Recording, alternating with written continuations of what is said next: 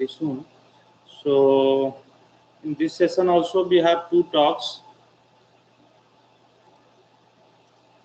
One talk by Dr. Aditya Kumar from Tezpur University, and then Riddhiman Dhar from IIT Kharagpur. I think Aditya is having some problem, like still he has not joined. Okay. But anyway, Dr. Yeah, I I'd can like to say a few words. Yeah, sir, go ahead. So we are uploading all the videos in YouTube. All the videos as a playlist you are uploading. We'll send you the link by email. So after the workshop is over, if you want to refer, you can do that. Another thing is that we are sending the certificates to only the person who have given feedback. So people, if you have not given feedback yet, do give it as early as possible. So it will help us a lot if you can give the feedback. These are the two small things. I mean, we'll have a valedictory session. We'll summarize the proceedings of the workshop. Thank you. Over to you, Prasad.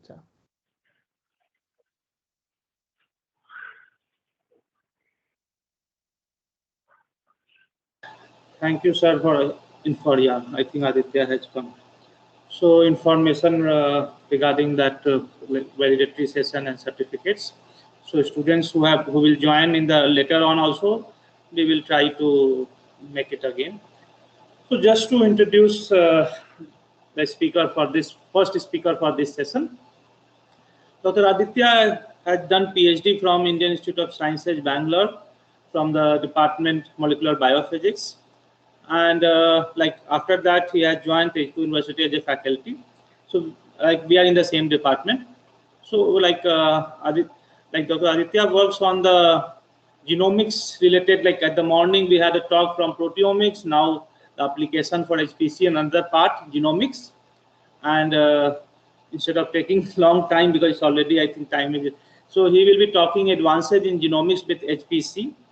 And definitely after the talk we will have question answer sessions and other thing. So like we can see the slides. Aditya, you can go ahead. Okay, thank you, Anupam. So is my slides visible? Yeah, slides are visible. And is it moving? No, it's on the first slide only. Now it's moving. Yeah, now it's moving. Okay, there is a lag. Okay, no problem. Okay, so good afternoon, everyone. So in this section, actually, we are going to talk about genomics and advances in the field of genomics with the help of high performance computing. So let's just start with the very basic thing: genome, the blueprint of life. All of us know DNA is a chemical compound; it's a polymer. Which, all the information for a living organism is encoded and fitted inside it. It just need to be in order to get the is encoded in form of the DNA. And inside the DNA, if you see in detail, what you find is it is nothing but it is storing the information in terms of its nucleotide sequences, A, T, G, C, 4 simple nucleotides, and their sequence gives this beautiful life. Okay, it's a very fascinating area of research because here we see it's very easy to say blueprint of life, DNA, which is made up of just 4 letters, A, T, G, C, but how it gives life, it's beautiful. So genomics is an evolving science. Organisms' complete set of DNA is called genome. And if we talk about the humans, 3 billion DNA base pairs made up the human genome. Now, genomics is the study of full genetic complement of an organism. It employs DNA sequencing methods, annotation, and its expression, and so on. We'll see one by one in detail. But now, very obvious question arises: why do we need high performance computing for genomics? Because Now, one side, every day we are talking, our smartphones are getting this much computing power. Then why do we need so much high performance computing for doing genomics? The need is here. If you see closely, the cost of sequencing day by day, it is decreasing, and the genome sequences in the repositories are increasing with a huge rate. If you see the Moore's law, even Moore's law has been left behind if we talk about in terms of cost of raw megabase DNA sequencing. And similarly, uh, uh, of course, if cost will be less, people will go for individual genome sequencing, and we are in future very soon we will be carrying, just like we from doctors, we will be carrying our whole genome sequence in a pen drive, and we will be giving it to the doctors, and they will be prescribing us personalized medicine and personalized food according to our genome. So this is the future of genomics, but it is all possible only with the help of HPC, because as you over the year from 2001 to 2020, how the cost for human genome sequence is decreasing, and this decrease will what will be the effect of this decrease in price? The effect will be increase in the amount of genome sequences available in repositories. So what we do is we supercharge the genomic research with high performance computing. As a genomic testing becomes mainstream, sequencing our 3.2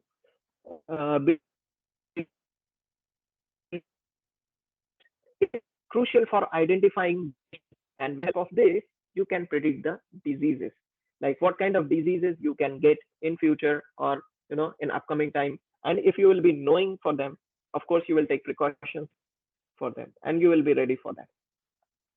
So advancements in high throughput instrument has decreased the cost of sequencing. Actually, that is the main root cause for the need of HPC. But because as we have more and more data, we need more computing power to analyze them.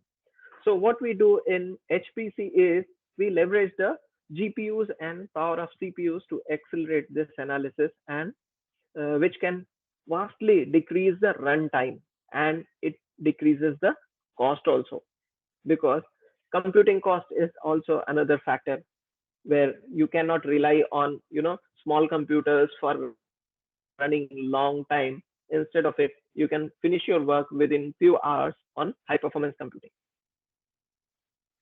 Now let's take a break on high performance computing. Now actually we will be talking about more about genomics, how what problems we are going to face and what problems we solve with the help of HPC. So genomics have involves different analysis in different areas, and it has different applications. If we talk about its analysis, it includes sequencing, assembly, annotation, and the most important one, or the very fancy one, which is very popular these days, is network analysis or systems biology. It also includes gene regulatory networks analysis. What is the need of gene regulatory and network analysis?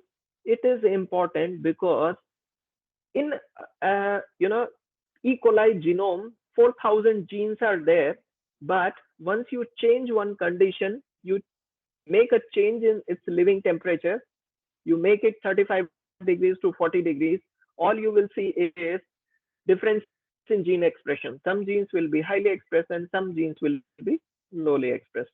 This is just one condition. Imagine you create different conditions, how much expression variation you can expect in that. It's enormous, and it is all possible with the help of HPC. Otherwise you cannot even analyze the data from the E. coli, forget about the human beings.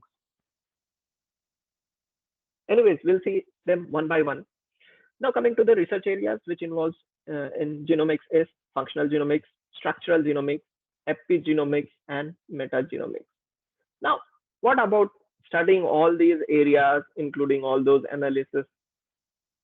Without application, all the studies are meaningless. Personalized medicine and nutrition is the upcoming boom in the health sector. In country like India, it may not be clearly visible right now, but of course it is gaining its pace. Now so many companies have come forward and they have started analyzing the genome, and very soon you will be getting personalized food and medicine. Synthetic biology, bioengineering, and population and conservation genomics, is another application of genomics. Now let's start about genome analysis and its different parts.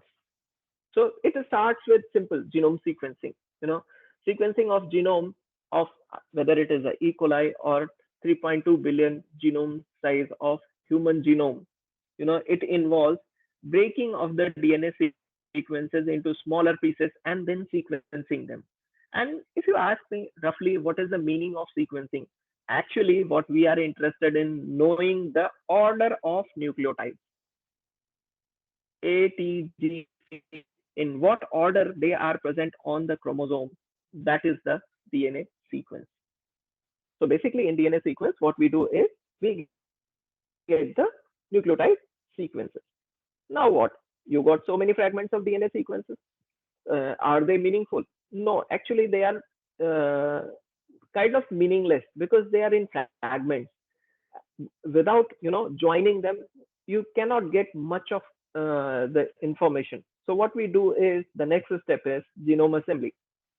What we do here is we align different fragments of genomic fragments to get the full genome sequence. And this is done by nothing but computers. But doing genome assembly of bacterial systems which are involved certain million base pairs of genome sequences, it is possible with even small computers. But once you go for big genome sequences like human genome which have 3.2 billion base pairs, it is quite difficult for small computing desktops. Then you require high performance computing. The next part is once you align all those fragments, then you get the one complete long nucleotide sequence. That is the genome. Here I'm showing, for example, the Mycobacterium tuberculosis genome sequence from NCBI. This is not just this much. This is just fraction or fragment of the whole genome. Like this, it will be around 4.7 million base pairs. Okay. Now, let's say we got this. What is the meaning of it? Can you draw any conclusions or meaning from this? No, they are, maybe cell can draw conclusions. Means if you give this genome sequence to a cell, maybe it can draw the conclusions. Conclusions means it can take out the meaningful things. But for us, we are, we cannot understand this. The next part is annotation. Annotation means once you get the whole genome sequence, the next part involves finding out the functional part of the different fragments. Now, mainly genome annotation involves assigning function of two things. One, genes or basically coding sequences. The other part is regulatory sequences. And both are important because if coding sequence is going to give you the functional product in terms of protein, regulatory sequence is the regulator which is going to regulate the amount of that protein. Means if you assign a strong regulator to that gene, you will get high amount of protein, and if you assign a small or weak promoter, you will get lower amount of that protein. And nothing but this variation gives the life, because we all know that all coding sequences inside the organisms are not required in equal amount. And from where you achieve that variation, it is nothing but regulatory region. Okay, so basically regulatory annotation of regulatory elements is very crucial in order to understand functional genomics, but it is difficult. We'll talk about its difficulty in subsequent slides. But annotation of coding sequences, or commonly we call them genes, is fairly easy. And this easiness is provided by codon triplets.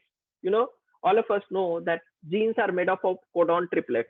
We start scanning the genome. Once we find the AUG, which is the start codon, that means that is the start boundary of our gene. And once you encounter any stop codon, any of 3 stop codons, that is the end of gene. So assigning gene on the whole genome is fairly easy, but annotation of regulatory elements is fairly difficult.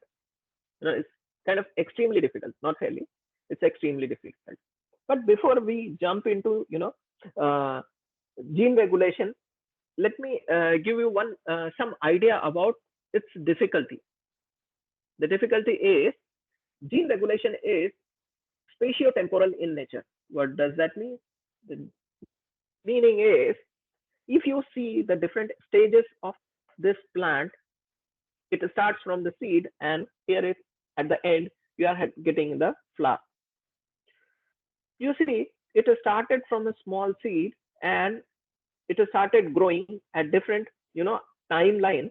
You get different organs like you get roots, you get leaves, then you get the flowers. Now question arises, what do you think? Do you get gene expression similar in all the cells present in it? No. Gene expression depends on 2 things, time and space. Let's see first time. As you see here, this was the seed. The genes which are expressed in a particular cell will be different than the once it starts growing. Okay, means what I'm trying to say is the root which is 1 day old will have different gene expression pattern than the root which is much older, like 2 months old. Roots will have different gene expression pattern. Basically, their genome will be containing all the genes, but set of proteins will be different. Okay, now this is the time bound expression. As the time is increasing, expression pattern is changing. But in case of eukaryotic system, there is another feature. It is called space. If you see inside this fully grown plant which is containing flower, what do you think the genes which are expressed in flower, leaves, roots will be same? No. Actually, the gene expression pattern of these 3 locations which I mentioned, flower, leaf, and roots, will also differ. And what do you think? Their genome will be different? No. Actually, all these 3 cells which are present in flower, leaf, and root, they will contain the same genome, but their expression pattern will be different. Based on that expression pattern, you simply get colors in flower, green color in leaf, and white color in roots. Okay, so basically it is the gene expression which does all these magical things. If initially when I said DNA is the blueprint of life, so basically coding sequences are the magical portions, but it is the gene regulation which regulate those magical portions and gives rise different colors and different activities. So in conclusion, gene regulation is spatiotemporal in nature. It depends on time and space both. So what does that mean? Like, gene regulation. What is the meaning of gene regulation? Gene regulation means, switching on and off. just like our ceiling fans, we have a regulator where we have different points, like 1 degree, 2 degree, 3 degree, 4 degree, or full. So similarly, nature has equipped all the genes with different variable, variable expression. Variable expression means actually in nature, you will not find 0 and 1 type of expression. Have you noticed any time that gene is either getting expressed as a 1, means 100%, and 0? No, actually there is a grading, means sometimes it will be expressed in 5%, sometimes it will be expressed in 50%, and sometimes you will get the maximum like 100%. Okay, and these, if we talk about in terms of flower colors, we get different colors because of different pigment systems expression. Okay, that is just a small example of gene regulation, because those pigment genes are regulated variably, and their variation give rise different colors. So that is just one tiny example of gene regulation. So now question arises, how these are achieved. These are achieved using different elements. Now what are these elements? These are different elements, like the most important one is promoter. Here I am showing you just brief architecture of promoter in eukaryotes. You see here you have a gene, and upstream of the gene you will find the promoter. Now in case of eukaryotes, promoter elements contain different, promoter contains different elements. What are those? BRE, Tata box, BRED, down, INR, initiator, DCE, MTE, and DPE. Now, don't get confused that these all promoter elements will be present in each organism. Actually, these are all, promoter elements, but they are present in different organisms. Like DCE will be present in plants, and MTE and DPE will be present in humans. INR, BRE will be present in C. elegans, and INR is also present in human. So what does that mean? That means different combination of these elements are present in different eukaryotic organisms. Some are present and some are absent. So I will skip these different elements, silencers, enhancers, and insulators, because they are kind of, they will drag us in different directions. So, but keep this thing in mind, they are also part of, regulatory elements. Let's see the, promoter architecture in prokaryotes. In case of prokaryotes, you will find that there are two major elements, but one, it is called core promoter element, which is present from the 0th or +1 nucleotide to -35 nucleotide in the upstream of gene. Gene will be somewhere here downstream. And the second element is up element. It is nothing but it is made up of A and T tracks.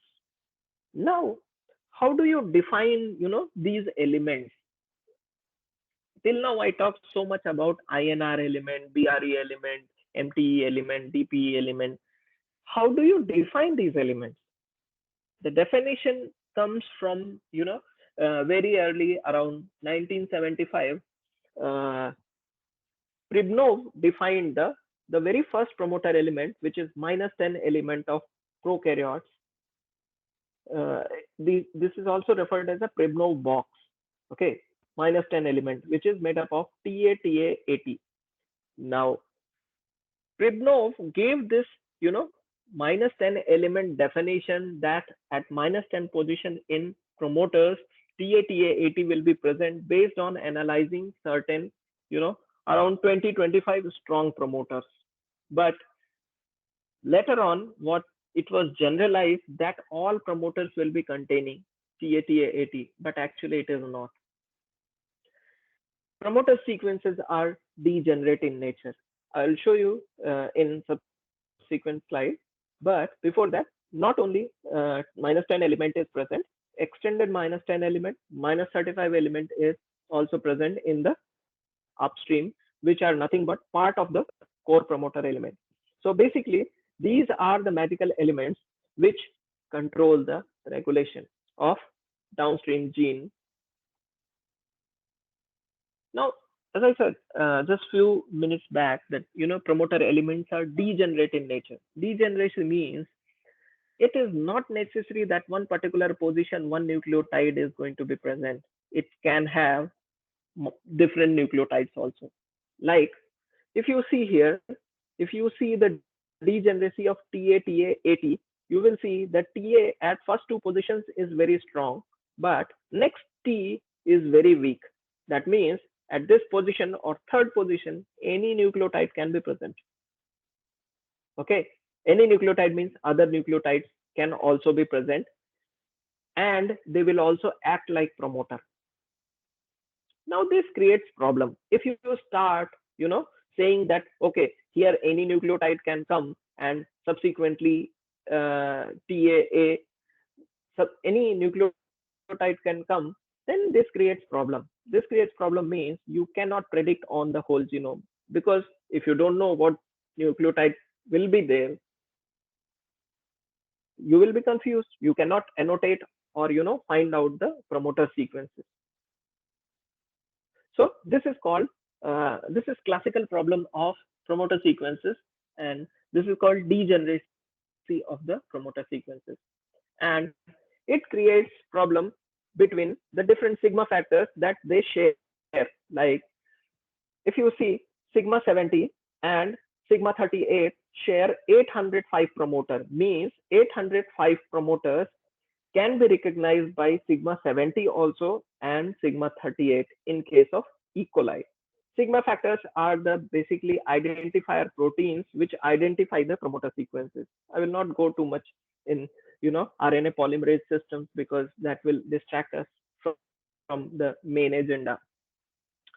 So in conclusion, what we see here is promoter sequences are degenerate in nature, and this degeneration creates problem in annotation. Means finding out promoter sequences in the whole genome is a big issue. Now, if we talk about the problems, we are researchers, we find out solutions. Now, if I said these are the problems, what about the solution? So we over the last 20 years, we have done huge amount of research, and we have found out, not only me, and so many other researchers have found out that structural properties of DNA are unique in case of promoter sequences. What does that mean? The meaning is, I will try to tell you in other words. From very beginning, we are assigning function to protein sequences based on their structure. Means if two proteins are having similar structure, we say that they are performing similar function. But we forget this in case of DNA sequences. Applying the same rule here, what we find is, first we find out the structure of DNA sequences which are present in promoter regions, basically the known promoter. Okay, so known promoter sequences, we find out the structure, and then using that structural parameter, we start scanning the genome. And once we find out the similar structural property, we call them as a putative promoter. Why we call it putative? Because we are not sure. And that validation can be done based on the wet lab experiments. So basically, we do screening for the wet lab researchers. And now let us see what I'm talking about DNA structural properties. DNA is not only simple polymer. It have different structural properties, and the important ones are DNA duplex stability, free energy, melting temperature, bendability, DNA curvature, and its ability to take different DNA structures, non-B DNA structures like A form, Z form, triplex, G quadruplexes, and etc. Cruciform DNA, cDNA, and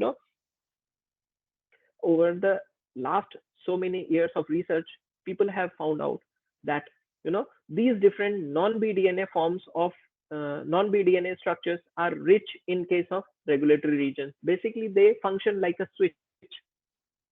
Okay, and they are preferentially present in regulatory regions of. Here, I'm talking about the E. coli operons. This was the study came from one paper, this particular paper, I think.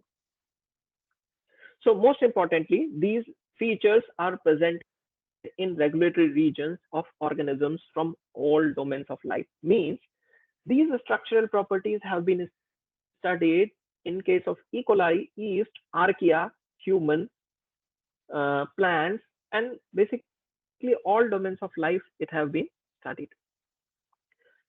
In 2015, there was a study where it was found, if we take two parameters, Pribnov score is nothing but, TATA80 nucleotide composition, and energy score. Energy score is nothing but, DNA duplex stability of this particular region. It was found in 2015 by the researchers.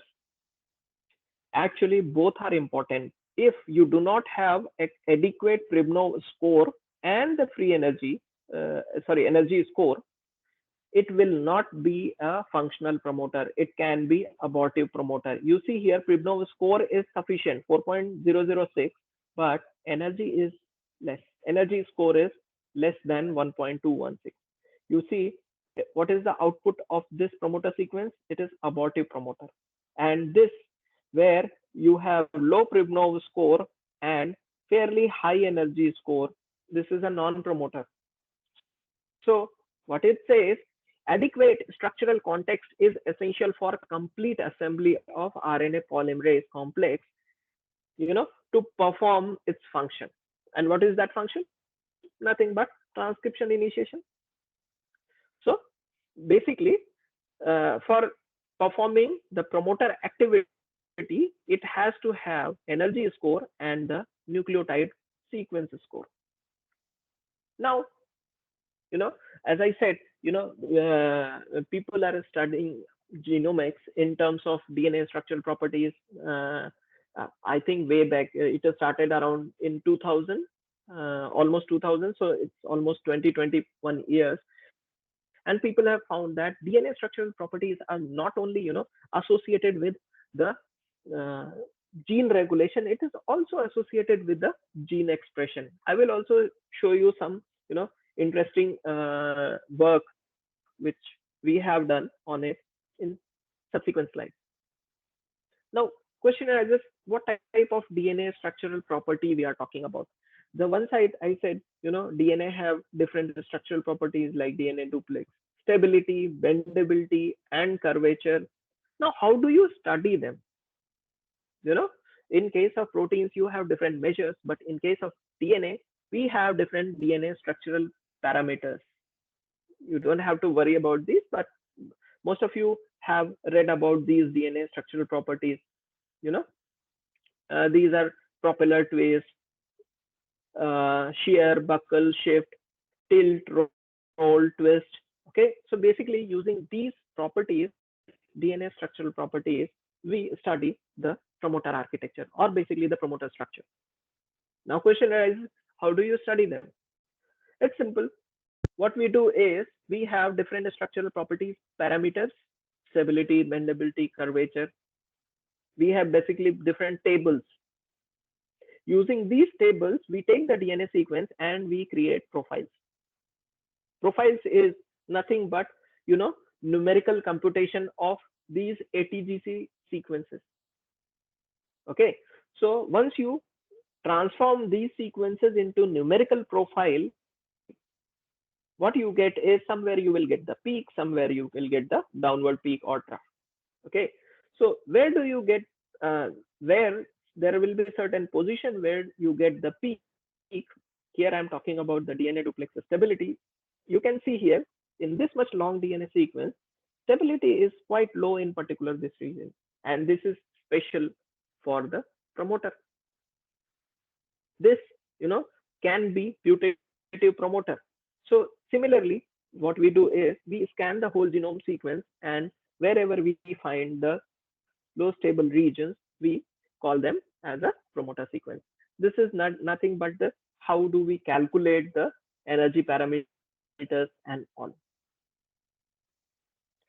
Now there is a very interesting information came in 2010 when first transcriptomic study was performed on Helicobacter pylori.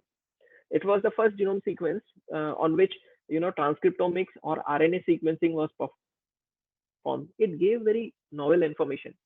Earlier, previously it was known, or it was assumed that there will be a gene and there will be a promoter. But transcriptome analysis led to this kind of complex architecture. What does that mean? I will tell you. See here, this gene 1 is regulated by only one primary promoter, while gene 2 have 3 different promoters. One is internal, which is present inside the gene. One is primary, which is big and near to the gene 2. And little bit in the upstream of gene 2, you can find another secondary promoter. Now you can ask, what is the use of primary and secondary promoters and internal? You see, in the very beginning, I told you gene expression in all organisms varies from one condition to another condition. If you change the condition, expression will change. What do you think? If you require 3 different type of expression in case of gene 2, how can you achieve that? You can achieve it fairly simple way. Primary promoter will give you maximum expression. If you want slightly lower expression, you can use the secondary promoter in different conditions. And if you need just half of the protein in certain cases, you can use the internal, or basically part of the gene can be transcribed using internal promoters. It was found that secondary and internal promoters basically give you the lower level of expression compared to the primary promoters. Similarly, transcriptomic analysis also gave us that antisense promoters are also present in case of bacterial systems. Earlier it was known that they are present only in eukaryotic systems. Now this is the second panel on the right side shows the transcriptome organization of different conditions. Here you see these primary promoter, antisense promoter, internal promoters, and non-coding RNA promoters. Basically transcription units. TU means transcription unit. You see here we are changing the condition 15 degree to 42 degree, high light, dark light, carbon deficiency, nitrogen deficiency, iron deficiency, phosphate deficiency, exponential phase, stationary phase, and total. You see in none of the cases you will find the maximum expression. Maximum expression means total genes expressed, you will never find out the same. And from where you can get the total expression? You will never get unless you test all the conditions. Okay, so gene expression is fairly complicated, and this complicacy is provided by promoters. Then we started investigating how can we study DNA structural properties of promoter sequences. You see here, as I mentioned earlier, promoter sequences of contain DNA structural properties from all domains of life. Here I'm just showing you from the for the Helicobacter pylori, Anabaena, Synechocystis, E. coli, Salmonella, and Klebsiella. Means these are 6 different bacterial systems, and they all show similarity in terms of DNA structural properties. You can observe minor differences also, but moreover, they show similar trend. But when we move to different type of promoters, what I mentioned in transcriptomic study as internal, antisense, and non-coding, we started seeing different patterns. Different patterns means, you see, you can observe here, like this peak is kind of getting broadened. In case of primary promoter, this was very broad. In case of internal and antisense,